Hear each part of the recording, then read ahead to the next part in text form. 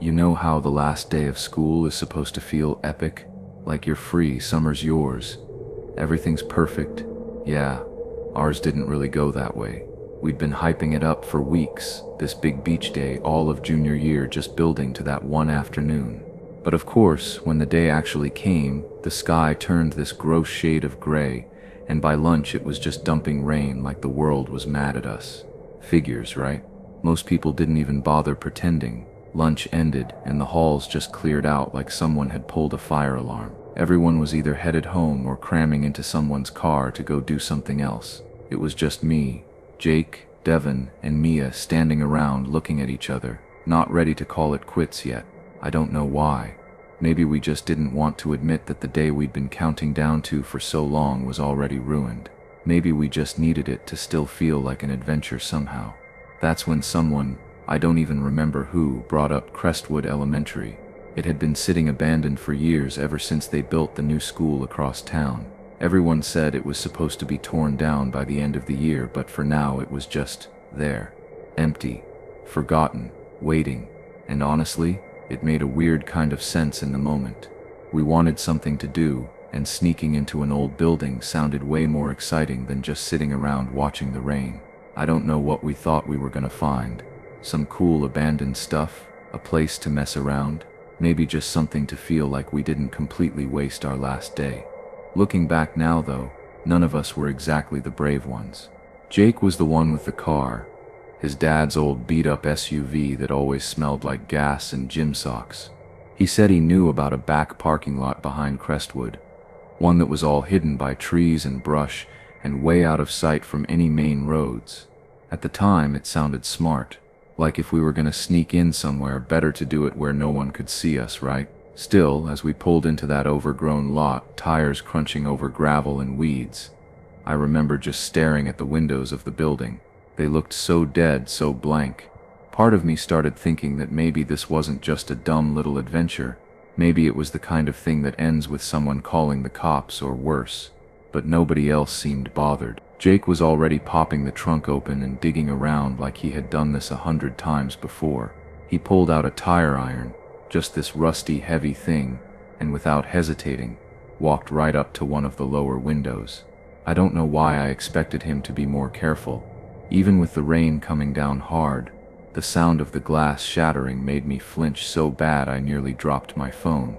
It felt loud, way louder than it should have, like it bounced off every empty wall in that place and screamed out into the neighborhood. Jake knocked the loose shards away with the iron, then just turned and motioned for us to come on, and we did. One by one we climbed through that broken window, shoes slipping a little on the wet floor inside. No alarms, no angry neighbor shouting at us. Nothing, and honestly that felt way creepier than if something had actually happened. Climbing through that window was like stepping into a different world, not even exaggerating. The first thing that hit me was the smell. It was this thick, gross mix of wet concrete, mold, and that weird plasticky school smell like old crayons and floor wax that never really goes away. Every time I shifted my weight, my soaked sneakers squeaked against the tile, so much louder than I wanted them to. The classroom we landed in, man, it was like the building had just given up. The desks were still there, all crooked and abandoned, and the walls had these faded decorations clinging on for dear life, faded bulletin boards about learning is fun, half peeled off like curling dead leaves. There were even these old art projects, little paper animals and drawings, just sitting there rotting away, like someone forgot to take them home. We tried to be quiet at first. I think maybe part of me still thought there was someone around, even though it was obvious no one had been in there for years. But it didn't really matter. Between the pounding rain on the roof, the occasional crack of thunder, and our own stupid nervous laughter, we might as well have been carrying drums and flashing lights. Every hallway looked the same. Just these long stretches of cracked tile, doors hanging half open, empty classrooms yawning into the dark. Cabinets and lockers were left ajar. Papers and worksheets scattered everywhere, like some weird paper blizzard had come through. It felt wrong, like everything had been abandoned mid-sentence, like the story of the place had just stopped. I kept thinking about the kids who must have sat in those chairs, running around these halls, and how easy it was for a place that was once so alive to just vanish without anyone really noticing. We made it around to what used to be the library. I could tell from the sign hanging half off above the door. And that's when we heard it. Not just the wind rattling the broken windows, not the rain hammering the roof like it had been all afternoon. This was different. It was footsteps, slow, heavy ones, just a few at a time, never in a pattern you could really predict, always somewhere behind us, but never close enough that our shaky phone flashlights caught anything. Devin was the first to say something, and even then he didn't sound convinced. He said it was probably the building settling, or maybe the water making stuff shift around. I nodded along like I agreed, but it felt hollow even in my own head, like we all knew he was just saying something, anything, to keep us from freaking out. Part of me wanted to just take off right then, screw the whole thing, run back to Jake's car, pretend we never came. But there was another part, the stubborn part, that kept whispering, "No, it's fine, you're just being paranoid. Old buildings make noise." So we stayed, kept moving, slower now. Sticking closer together like that would somehow help, and I hated how quiet we got after that. Like if we didn't talk about it, it wasn't real. Like admitting we all heard it would somehow make it worse. I kept telling myself it was nothing. I think we all did, but deep down it felt like something was moving with us, just a few steps behind, and waiting. We were making our way down one of the longer hallways, somewhere near what must have been the old admin offices, when Mia just froze. 1 second she was walking with us. The next she was stock still, her phone light trembling in her hand. We all snapped our lights in the direction she was looking without even thinking about it.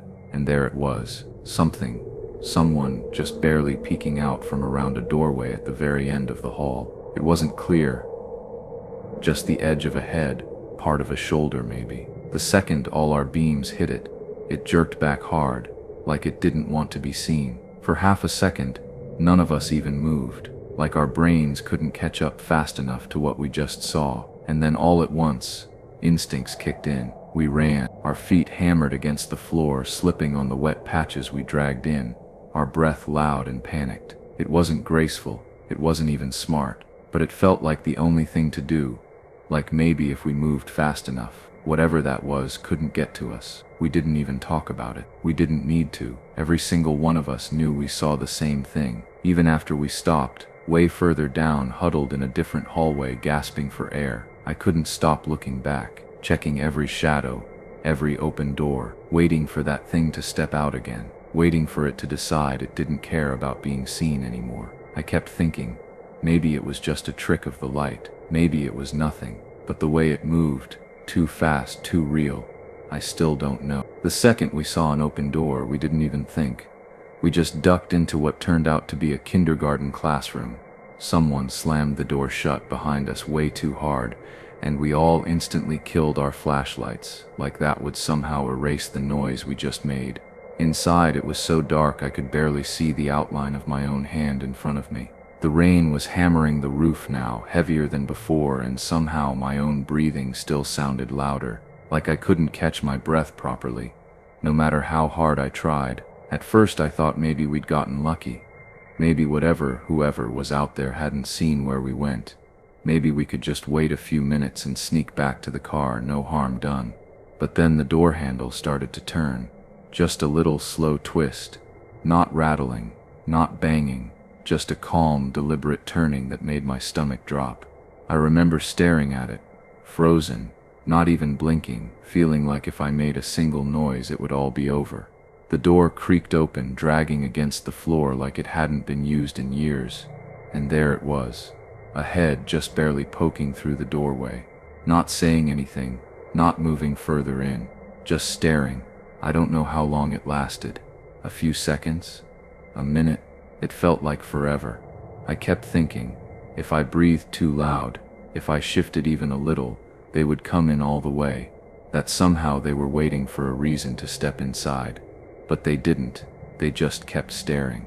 And honestly, that was somehow worse. Jake was the first to snap out of it. He somehow managed to force the old window open just enough to crawl through, even though it groaned like it was about to snap in half.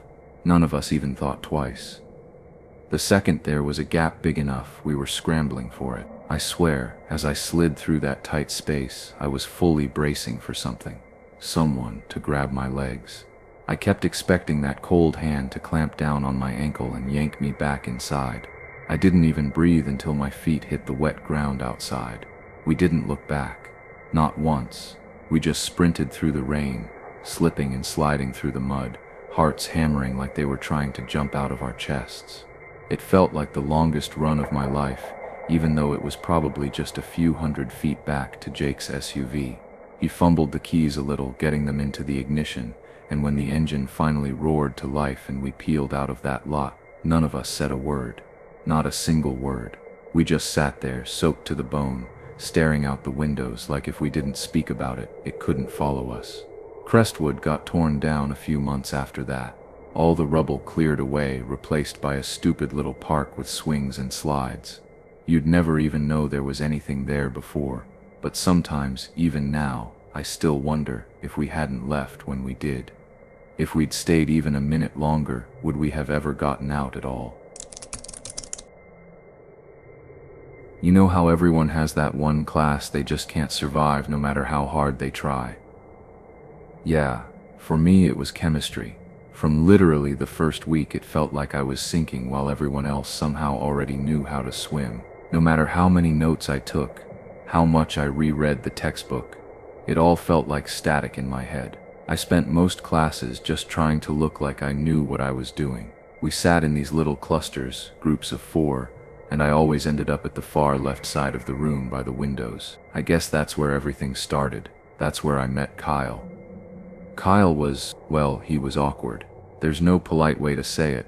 He had this jittery energy about him, like he was either nervous or just not used to talking to people. He didn't make eye contact for very long, and when he did, it felt almost accidental, like he immediately regretted it. Normally, I wouldn't have hung out with someone like him. Our personalities didn't click, not even close, but he knew his stuff, like seriously knew it. He answered questions before the teacher finished asking them. He had that whole quiet, smart kid thing going for him. It didn't take long for him to offer to help me. I didn't even have to ask.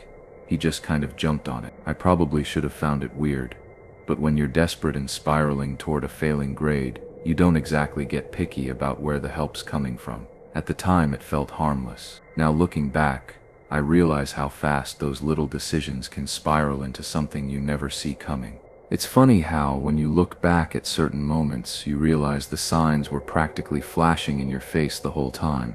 I guess I should have seen it coming with Kyle. It's so obvious now he wasn't just being nice. It was the last day of class, after our final exam. Everyone was either celebrating being done or just exhausted and ready to go home. I was trying to slip out as quietly as possible, already dreaming about throwing my notes into the trash. But Kyle caught me by the door. He kind of shuffled over, standing way too close, and mumbled something about how we should hang out sometime now that the semester was over. I froze. I didn't know what to say because the thought of being alone with him anywhere outside of a classroom honestly made my skin crawl a little. I didn't want to be mean, he had helped me so much, but I couldn't even picture it. I blurted out the first thing that came to mind, that I was leaving for Orlando for a couple of weeks. Total lie. I don't even know why I picked Orlando. It's not like I had a flight booked or anything. It just slipped out. He didn't get angry or anything. He just gave this small nod, not disappointed, not really anything. But the way he did it, like he was tucking something away in his head for later, it unsettled me. Like I hadn't avoided a problem, I had just postponed it. I told myself it was fine, that after 2 weeks he'd forget all about it. But deep down I had this uneasy feeling I hadn't actually solved anything. Maybe I had made it even worse. After class ended, I told myself I was just being dramatic, that nothing weird was going to happen. So that night, a bunch of us decided to go out and celebrate the end of the semester. I needed it. I needed to not think about chemistry, about Kyle, about anything school-related for at least one night. At first, it actually worked. We hit a few bars near campus, and it felt good to be around people who didn't care about formulas and lab reports. I wasn't even thinking about my fake Orlando trip until my phone buzzed. It was Kyle, just a simple text. "When are you leaving?" I remember showing it to my friends and laughing it off, saying something like, "Guess he just wants to say goodbye." I told myself he was being polite, that he didn't mean anything by it. But then more texts came, not just one or two, like, a lot. First it was asking when exactly I was flying out. Then it was where I was flying from, which airline, what time. It started to feel less like casual conversation and more like an interrogation, like he needed the information. And when I didn't answer right away, the messages got more impatient, short, demanding. It didn't feel like someone being friendly anymore. It felt like I had accidentally signed some invisible contract by accepting his help all semester, and now he thought I owed him something. Information, my time, my attention. I don't even know. Sitting there in a noisy bar surrounded by people laughing and yelling over music, I felt this weird cold pit settle in my stomach. Something was off, and I had a feeling it wasn't going to just go away. At first, blocking him didn't even cross my mind. I don't know. I guess I figured he would just get bored and move on. Maybe I was still trying to give him the benefit of the doubt. Like maybe he was just awkward, not whatever this was starting to turn into. A couple days after the last text, I started getting these random follow requests. Some of the accounts didn't even have profile pictures. Others had names that were clearly fake, like just a jumble of letters or weird usernames that didn't even try to seem real. I thought it was just spam at first. You know, those bots that pop up and try to sell you sunglasses or whatever. But then one of them sent me a message. It wasn't long, just a single line. Something like, "Hope you did okay on the chemistry final." And that's when it hit me. It wasn't some random bot. It was him. It had to be. Who else would know to mention chemistry? Who else even remembered we had that class together? I just sat there for a while, holding my phone, trying to process it, wondering how long he had been planning this, how many fake accounts he had made, how far he was willing to go just to keep tabs on me. I started going back through all the new follows, wondering if all of them were him. Maybe he had been watching even before the last day of class. Maybe I had been giving him little glimpses into my life without even realizing it. The more I thought about it, the more I realized how little I actually knew about Kyle at all. I kept telling myself it would blow over. Like if I just ignored the messages, blocked the weird accounts, didn't feed into it, he'd get bored and move on. People get crushes, they get embarrassed, they leave you alone.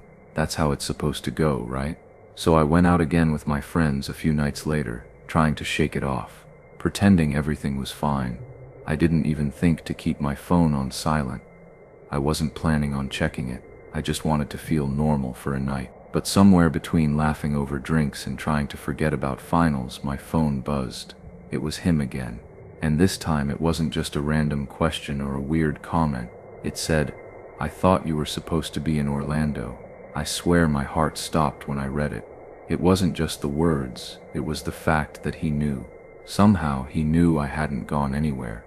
I just stared at the screen, the noise of the bar fading out around me, feeling this cold wave of panic settle in. I started scanning the room without even thinking. Was he there? Was he watching me right now? I told myself that was crazy, that he couldn't have followed me, that I would have noticed. But the thing is, once you realize someone's willing to cross certain lines, it gets really hard to figure out where those lines actually end. I felt so stupid. Stupid for lying, stupid for underestimating him, stupid for thinking ignoring him would make him go away. It was like this sinking feeling that I had accidentally made myself a character in a story I didn't want to be part of. That night was the worst. It still feels blurry when I think about it. Like a dream I can't quite wake up from, but not the good kind. The kind where your stomach feels twisted even after you open your eyes. I had just gotten home, still rattled from that last text. I remember kicking off my shoes, setting my keys down, trying to convince myself that it was fine, that he was probably just bluffing, that he couldn't possibly know where I lived. I didn't even want to say it out loud, like if I didn't name it, it couldn't be real. And then the knocking started. No, not knocking, pounding. It was heavy, frantic, like whoever it was didn't care if they woke up the whole neighborhood. My heart jumped straight into my throat. I froze, standing halfway between the kitchen and the front door, just listening. I don't even know how long I stood there before I finally managed to say, "Who is it?" Like it mattered. Like I didn't already know. And sure enough, I heard his voice on the other side.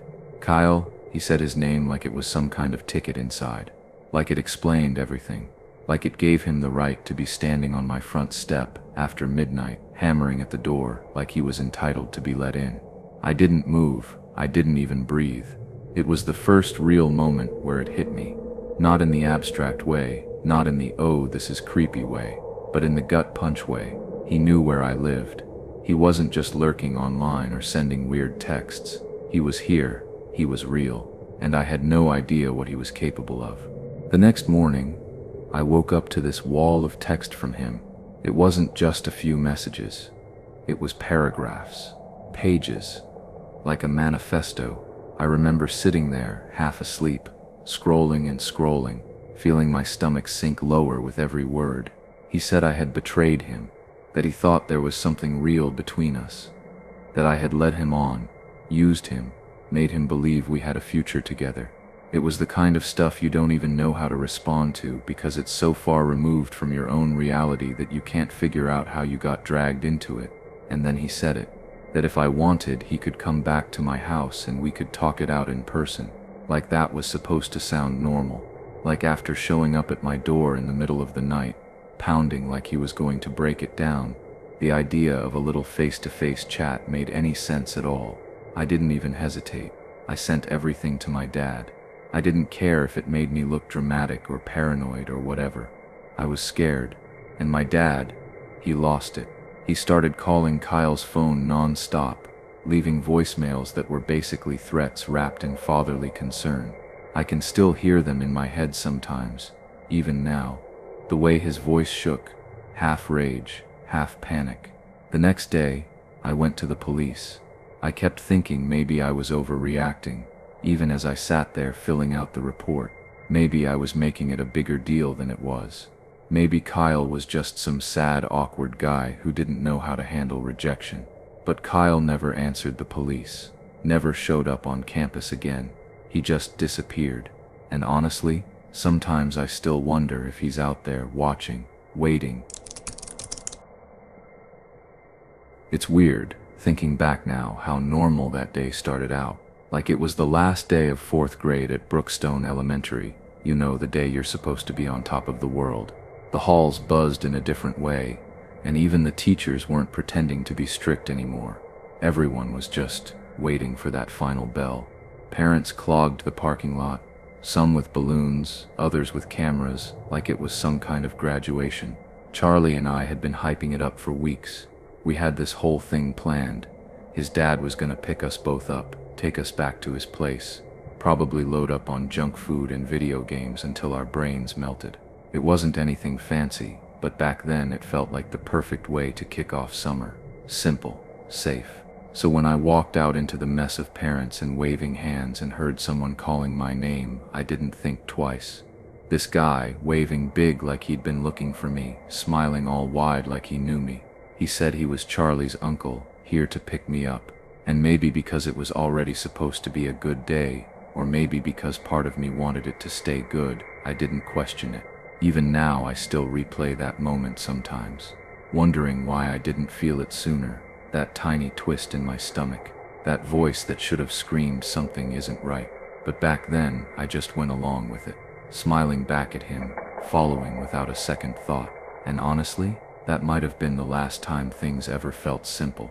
I could have found Charlie's house with my eyes closed. Seriously, I knew every shortcut, every cracked sidewalk, every neighbor's dog that barked when you got too close. We lived in a small enough town where getting lost just wasn't a thing, especially not going from school to Charlie's place. It was supposed to be easy, but the second we pulled out of the school lot, something felt off. This man, Charlie's so-called uncle, he started driving weird, took a left where I knew we should have gone right, turned down streets I didn't even recognize, and the whole time he kept talking. But not normal talking either, fast, jittery, like he couldn't stop, couldn't let there be silence. Stories about when he was a kid, Random questions about what sports I played, what my favorite subject was, all mashed together like he was nervous or hiding something. I kept telling myself it was fine. Maybe there was traffic. Maybe there was a detour. Maybe Charlie moved and just forgot to tell me. My brain scrambled for anything that would make this feel normal because it was easier than facing what it really felt like. But the farther we went, the harder it got to lie to myself. The houses started spreading out. The streets got quieter. I stopped seeing kids riding bikes or people walking dogs. It was like we'd driven straight off the map. And somewhere deep inside, under all the excuses, I knew we weren't going anywhere near Charlie's house. It's funny how your brain fights you when you're scared, how it tries to stitch together anything to avoid the obvious. But sometimes the obvious is the thing you need to listen to, and I hadn't listened soon enough. The house didn't set off any alarms at first. I mean, from the outside it could have been any other place on the block. Peeling paint, a patchy lawn, a few kids' toys scattered near the porch. Normal, completely forgettable. I think that's what made it worse later. How easily I walked through that door. Inside was different. Heavy curtains pulled so tight that not a sliver of sunlight made it in. The only light came from a sad little lamp stuck in the far corner, throwing out this sickly yellow glow that made everything look grimier. It smelled like old dust, like a place that hadn't been opened in years, and something else I couldn't name, something sharp and rotten hiding under the surface. I remember breathing shallow without even realizing it. I should have noticed the door right away. I should have heard the click when it locked behind me, but I didn't. Maybe because I was too busy looking around for Charlie, expecting to see him pop out from behind the couch or come thudding down the stairs. Maybe because a part of me didn't want to admit how wrong everything already felt. I kept telling myself this could still make sense somehow, that maybe Charlie was just in another room. Maybe his uncle was just weird, not dangerous. You get real good at lying to yourself when you're scared, stringing together whatever scraps of hope you can find. But the truth was already setting in, crawling up the back of my neck, making my heart hammer so loud it was all I could hear. And deep down, even if I didn't want to say it yet, I knew I wasn't supposed to be here. He said he was going to get Charlie. Just real casual, like it was no big deal. Disappeared down some hallway, his footsteps creaking against the floorboards. For a second, I just stood there, frozen in the middle of that dim, heavy room. Part of me stupidly thinking, any second now, Charlie's gonna come crashing in with some joke or something, and all of this will make sense. But that second stretched out too long, and that's when I saw it, a little table shoved up against the wall, half hidden in the shadows. Stuff scattered all over it. I remember my stomach dropping before my brain even caught up. A tiny pile of folded clothes. Clothes way too small for any grown-up. A roll of duct tape sitting right next to them. Thick rope coiled like a dead snake. And this old, beat-up camera that looked like it hadn't been touched in forever, covered in a thin layer of dust, except for the lens, like someone had wiped it clean recently. I don't know how long I stood there, just staring. Could have been seconds, could have been minutes. My head kept screaming, move, move, move, but my feet were stuck like they'd sunk into the floor. I kept trying to tell myself there had to be some other explanation. Maybe the clothes were for a younger cousin. Maybe the tape and rope were for fixing something. Maybe the camera was just junk he collected. Over and over, I tried to stitch the pieces into something normal, but deep down the panic was already rising up, tight and ugly, and it wasn't listening to excuses anymore. This isn't right. This isn't right. This isn't right. And it wasn't. I heard his footsteps before I saw him. Slow, heavier somehow, like he wasn't pretending anymore. When he came back into the room, it was like he'd peeled off whatever mask he was wearing before. No more awkward smiling. No more fake cheer. Just this blank, cold look that made my whole body go stiff. He looked at me for maybe a second too long, and I think that's when he knew. He could tell something had changed. Maybe it was the way I was standing or the way my eyes kept darting toward the door. I don't know, but he knew. Without a word, he grabbed my wrist. Not hard enough to leave a bruise, but hard enough to let me know there wasn't any choice. I barely even fought. I wish I could say I kicked or screamed or did something brave, but I didn't. I just froze, like somehow if I stayed really still and really quiet I could make it not real. He pulled me toward a door tucked into the side of the living room. A basement door. I didn't even think. I just went, let it happen. Like my brain was still trying to catch up to how bad things had gotten, still trying to figure out a way where maybe this was fine. Maybe it wasn't as awful as it felt. But it was. It was exactly as awful as it felt. I still hate thinking about that part the most. Not the door slamming behind me. Not the basement itself. That moment when I let him pull me there without a fight still makes my stomach knot up even now. Like maybe if I'd done something different, things wouldn't have gone the way they did. Being down there, it was like being buried alive. The air was thick and stale, the kind that sticks in your throat no matter how hard you try to breathe. The walls weren't even finished, just rough wood and concrete, like nobody ever meant for anyone to spend real time down there. One sad little light bulb swung above me, making these slow, creepy shadows crawl across the walls. It barely even felt real, like I'd fallen into some bad dream and couldn't wake up. I don't even remember if I was breathing. I just sat there, curled up against the wall, my head buzzing, my ears straining for any sound. Every tiny creak of the house above made my skin prickle. I kept telling myself to move, to find a way out, but my body wouldn't listen. It was like I wasn't even in it anymore. And then, the noises started. First, a doorbell, just one little ding. I flinched so hard it hurt. Then knocking, then louder knocking, then voices muffled at first, but getting sharper, angrier. My heart was hammering so hard I thought it might give me away, but I didn't believe it, not at first. Some part of me was sure it was a trick, that he was making the noises somehow to mess with me, to lure me out. I stayed frozen, too scared to even breathe, waiting for the moment it would all turn bad again. It wasn't until I heard the crash, like wood splintering, like a door giving out under a heavy boot, that I let myself hope, just a little. And even then, it didn't feel real. Nothing did. I don't even know how they found me. One second I was sitting in that awful basement thinking maybe I'd never leave, and the next, there were hands grabbing me, pulling me up the stairs, into this blinding wash of bright lights and loud voices. It felt like stepping out of a nightmare, and into another one. There were police everywhere, people shouting. The flashing lights made everything dizzy and too fast. I stumbled into the fresh air like I had forgotten how to breathe it. That's when I saw him, getting shoved into the back of a police car, his head ducked down, hands cuffed behind his back. He didn't look at me. I don't know if I could have handled it if he had. Then I saw my mom. God, the way her face broke when she spotted me. I think that image is burned into my brain worse than anything else from that day. She ran to me like she thought I might disappear if she didn't reach me fast enough. I think I just stood there, shaking. Later, people tried explaining it all. How he was someone Charlie's dad knew from work. How he must have found out what I looked like somehow. Maybe through photos. Maybe through school pickup once or twice. I don't know. Even now I don't really get it. I don't know how I let myself believe him. How I went with him without screaming or fighting harder. Sometimes when it's late and everything's too quiet, I wonder if he's out now, walking around like nothing happened. I don't think I'll ever stop wondering.